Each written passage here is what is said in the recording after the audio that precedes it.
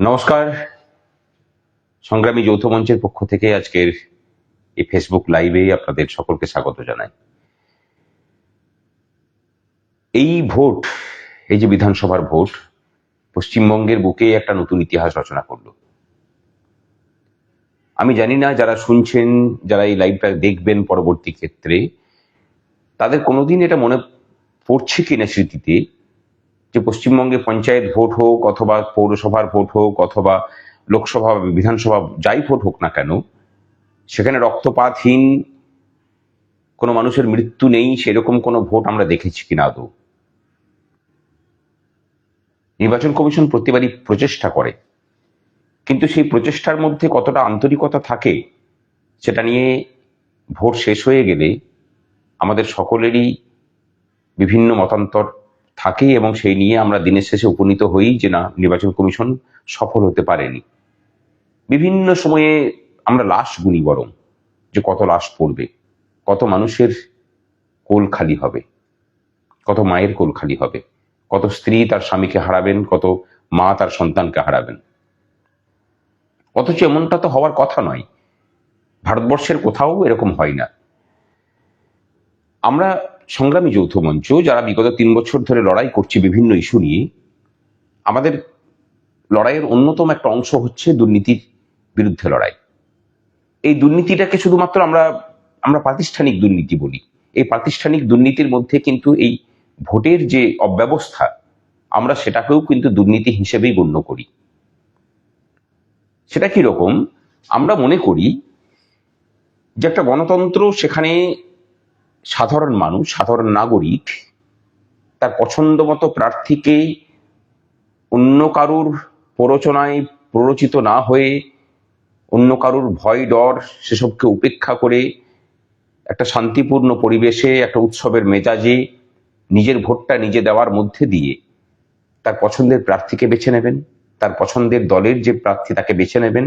এবং সেটা বিভিন্ন ক্ষেত্রে, সেটা পঞ্চায়েত হতে পারে, সেটা পৌরসভা হতে পারে, সেটা লোকসভা হতে পারে, সেটা বিধানসভা হতে পারে, তার দলের বেছে দেওয়ার তার প্রার্থীকে নির্বাচিত করে তিনি তার পছন্দ মতো করে সরকার তৈরি করবেন।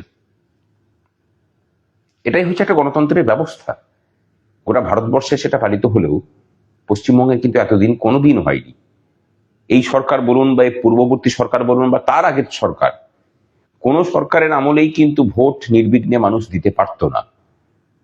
আর আমরা সংগ্রামী যৌথ মঞ্চ, আমরা এই জায়গাটাতেই মনে করছি যে পশ্চিমবঙ্গে বর্তমানে যে ট্রেন্ডটা এসে দাঁড়িয়েছিল, যে ভোটের দিনে কোনো রকমে মারধর করে ভোটটাকে, হয় মানুষকে ভোট দিতে দিও না, ছাপ্পা মেরে রিগিং করে যে করে হোক ভোটটাকে জিতে নাও, জিতে নিলে পরে বাকি 5 বছর আয়েশ করে থাকো, কোনো অসুবিধা নেই। এবং এই জায়গা থেকেই পশ্চিমবঙ্গের রাজনীতিটাতে লুম্পেনাইজেশন শুরু হয়েছে। এই লুম্পেনাইজেশন আজকের যে তা কিন্তু নয়। বিভিন্ন জন বিভিন্ন কথা বলবেন, কিন্তু চিরকালই পশ্চিমবঙ্গের রাজনৈতিক ক্ষমতাটা কিন্তু সমাজ বিরোধীদের হাতেই থেকেছে। পাড়ায় পাড়ায় মস্তান রাজ আমরা ছোট থেকেই দেখে আসছি। সেই মস্তানদের দাপাদাপি ভোটের দিনে আমরা ছোট থেকেই দেখছি। এইবার প্রথম তার ব্যতিক্রম হলো, আর আমরা কিন্তু সেটাই চেয়েছিলাম। আমাদের সেই চাওয়ার ফলে 2023 সাল পঞ্চায়েত ভোট আপনাদের সকলের মনে থাকবে। আমরা ভোট কর্মী হিসাবে ভোটে যেতে অস্বীকার করেছিলাম, আমরা বেঁকে বসেছিলাম। কারণ আমাদের মনে হয়েছিল যে এই রাজ্য সরকারের অধীনস্থ যে নির্বাচন কমিশন, পঞ্চায়েত ভোট এবং পৌরসভার ভোট পরিচালনা করার জন্য রাজ্যের নিজস্ব নির্বাচন কমিশন আছে, তারা স্বাধীনভাবে কাজ করে, রাজ্য সরকারের আন্ডারে থেকে কাজ করে। আমরা তখন দেখেছি, তখন যিনি নির্বাচন কমিশনার ছিলেন, আমরা একাধিকবার ডেপুটেশন দিতে গিয়ে দেখেছি, বলেছেন যে নবান্নের সাথে আলোচনা করে আপনাদেরকে জানানো হবে। তিনি একজন প্রাক্তন আমলা ছিলেন। এখন এই যে মুখ্যমন্ত্রী এত বড় বড় কথা বলছেন, আমার শুধু মনে করিয়ে দেওয়ার ইচ্ছা হয় যে 2023 সালে যে তাবেদার ইলেকশন কমিশনারকে আপনি বসিয়ে রেখেছিলেন, তিনি কতটা যোগ্য ছিলেন, কতটা ভালো কাজ করেছিলেন। 2023 সালের নির্বাচনটা দেখুন, আপনাদের স্মৃতির পাতায় হাতড়ে দেখুন। 2023 সালের নির্বাচন আমরা কেস করেছিলাম, আমরা ভোট কর্মী হিসেবে কেস করেছিলাম। সমাজের প্রতি দায়বদ্ধতার জায়গা থেকে আমরা চেয়েছিলাম যে কেন্দ্রীয় বাহিনীর ঘোরাটোপে, কেন্দ্রীয় বাহিনীর সুরক্ষাতে, প্রহরায় ভোট না হলে পশ্চিমবঙ্গে লাশ গোনার লোক থাকবে না। লাশ গুনে গুনে লোকে ক্লান্ত হয়ে যাবে, তা তো করেও কিন্তু লাশ আটকায়নি। আলটিমেটলি হাইকোর্টের সিঙ্গেল বেঞ্চ, ডিভিশন বেঞ্চ করার পরে সুপ্রিম কোর্ট পর্যন্ত আমরা যাই, এবং সুপ্রিম কোর্টে আমাদের যে মামলা, সেই মামলাতে মাননীয় হরিশ সালভি যে দাঁড়িয়েছিলেন, বিরোধী দলনেতা তখনকার, তিনি দাঁড় করিয়েছিলেন মাননীয় শুভেন্দু অধিকারীজি, এবং সেখানে সুপ্রিম কোর্ট রায় দেয় যে 800 কত কোম্পানি, মনে নেই আমার ঠিক এখন, কেন্দ্র সরকারকে নির্দেশ দেয় যে 800 কত কোম্পানিকে তুমি পাঠাও। রাজ্য সরকার ডিপ্লয় করেনি, ভোটের নামে প্রহসন হয়েছিল, আর গণনার নামে তো আরো বেশি করে প্রহসন হয়েছিল। তারপরে 2024-এর লোকসভা নির্বাচন, আমরা একইভাবে লড়াই করে গেছি ভিতরে বাইরে, কিন্তু তাতেও সমস্তটা করে উঠতে পারিনি।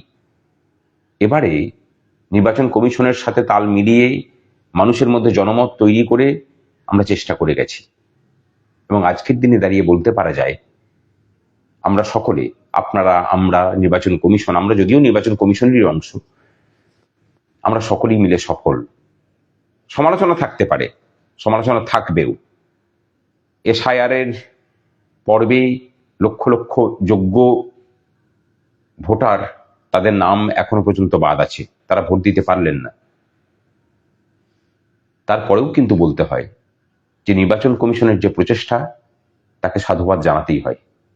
এখানে আরো একটা জিনিস রাজ্যবাসীর উদ্দেশ্যে জানাই, আপনারা হয়তো জানেন না, যারা এই সরকারের বিরোধিতা করছেন, যারা এই সরকারের পক্ষে আছেন, প্রচুর ভোট পড়েছে, মানুষ উৎসবের মেজাজে ভোট দিয়েছে, সবকিছু বুঝছেন, আনন্দ করছেন, কিন্তু সেই প্রদীপের নিচে যে মানুষগুলোর জন্য এই পুরো ভোট পর্বটা এত নিখুঁতভাবে কাজ করলো, সেই রাজ্যের পুলিশ কর্মীরা, দপ্তরে দপ্তরে কাজ করা সরকারি কর্মচারীরা, বিভিন্ন বুথে দায়িত্বপ্রাপ্ত বিএলওরা, বিভিন্ন বুথে আজকে যাদেরকে পোলিং পার্সোনাল হিসেবে দেখলেন, যারা ভোটকর্মী হিসেবে গিয়েছিলেন তারা, গাড়ির ড্রাইভাররা, তারা কিন্তু ভোট দিতে পারেননি। তাদের একটা বড় অংশ, তারা সবাই নন অবশ্য, একটা বড় অংশ ভোট দিতে পারেননি। এমনকি যারা বসে বসে অন্যের বাকি সহকর্মীদের পোস্টাল ব্যালটের ভোট নিলেন, তারা পর্যন্ত দিতে পারেননি। আর পুলিশ, বিগত 15 বছরে এই প্রথম পুলিশরা ভোট দিচ্ছেন। তার আগে কি হতো বলুন তো? পুলিশের সমস্ত ব্যালট পেপার জোর করে তৃণমূলের যেসব পুলিশ কর্মীরা ছিলেন তারা কেড়ে নিতেন। একই ঘটনা ঘটতো সরকারি কর্মচারীদের ক্ষেত্রেও, ভোটগুলোকে লুট করত। এবার আমরা সেটা আটকেছি। নির্বাচন কমিশনের কাছে আবেদন, এখনো হাতে সময় আছে। 1 তারিখ 2 তারিখ, এই দুটো দিন আপনারা প্রত্যেকটা জেলাতে পোস্টাল ব্যালটের ভোট দেওয়ার মতো ব্যবস্থা রাখুন। যেসব কর্মচারীদের পোস্টাল ব্যালট ইস্যু হয়েছে কিন্তু ভোট দিতে পারেননি, তাদের ভোট দেওয়ার মতো ব্যবস্থা হোক।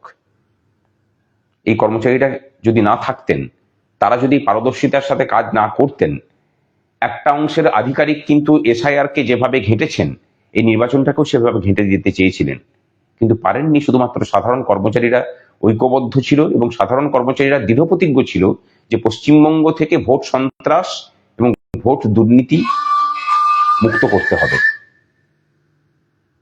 এই কারণেই কিন্তু আধিকারিকরা পেরে ওঠেনি। নাহলে প্রত্যেকটা নির্বাচনে, প্রত্যেকটা গণনাতে আধিকারিকরা তাদের নিজেদের মতো করে সমস্ত কিছুটা করে। এখনো পর্যন্ত বাকি আছে অনেক চ্যালেঞ্জ।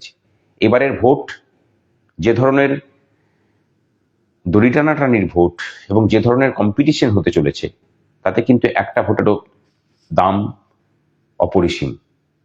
তাই শাসক বিরোধী সমস্ত শিবিরের কাছে আমার আবেদন থাকবে, যেসব কর্মচারীরা এখনো পর্যন্ত ভোট দিতে পারেননি, তাদের ভোটদানের জন্য আপনারা উদ্যোগ নিন।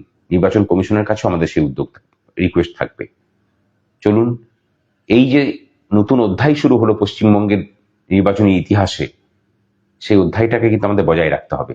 মানুষ দৃঢ়প্রতিজ্ঞ হোক যে পশ্চিমবঙ্গে এবার থেকে প্রত্যেকটা ভোট যেন এইরকমই সন্ত্রাস মুক্ত হয়, কোনো মাকে তার কোল খালিকা যেন হতে না হয়। আমরা প্রতিজ্ঞাবদ্ধ হই, অন্তত পশ্চিমবঙ্গকে আর হাসির খোরাক বানাবেন না। চলুন, সামনের লড়াই আমরা কাঁধে কাঁধ মিলিয়ে লড়ব। ভালো থাকবেন সকলে।